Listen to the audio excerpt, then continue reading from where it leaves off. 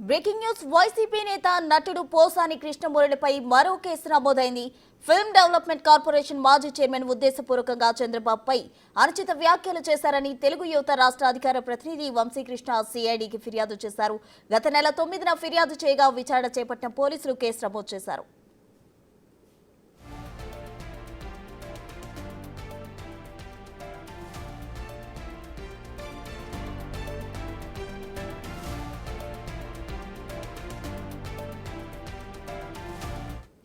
YCP నేత నటుడు పోసానిపై మరో కేసు నమోదైంది. ఫిల్మ్ డెవలప్మెంట్ కార్పొరేషన్ మాజీ చైర్మన్ ఉద్దేశపూర్వకంగా చంద్రబాబుపై అనుచిత వ్యాఖ్యలు చేశారని తెలుగు యువత రాష్ట్ర అధికార ప్రతినిధి వంశీకృష్ణ సిఐడికి ఫిర్యాదు చేశారు. ఈ మేరకు ఈ నెల 9న ఫిర్యాదు చేయగా విచారణ చేపట్టిన పోలీసులు కేసు నమోదు చేశారు. దీనికి సంబంధించి మరింత సమాచారం మా ప్రతినిధి శివ అందిస్తారు. శివ, ప్రసన్న, మొత్తం మీద చూసుకుంటే పోసాని కృష్ణమురళిపై రాష్ట్ర వ్యాప్తంగా కేసుల పరంపర కొనసాగుతోంది.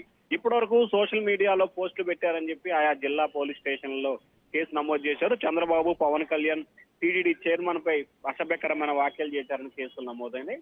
తాజాగా స్కిల్ డెవలప్మెంట్ కేసు విషయంలో ఫిల్మ్ డెవలప్మెంట్ చైర్మన్ గా ఉన్న సమయంలో పోసాని ఇష్టానుసారంగా వ్యాఖ్యలు చేశారు. చంద్రబాబుపై అనుచిత వ్యాఖ్యలు చేయడంతో పాటు గవర్నమెంట్ పదవిలో ఉండి బాధ్యతాయుతంగా వ్యవహరించకుండా ఇష్టానుసారంగా వ్యవహరించారని చెప్పి రాష్ట్ర తెలుగు యువత ప్రధాన కార్యదర్శి వంశీకృష్ణ సిఐడి అధికారులకు ఈ నెల 9వ తేదీన ఫిర్యాదు చేశారు.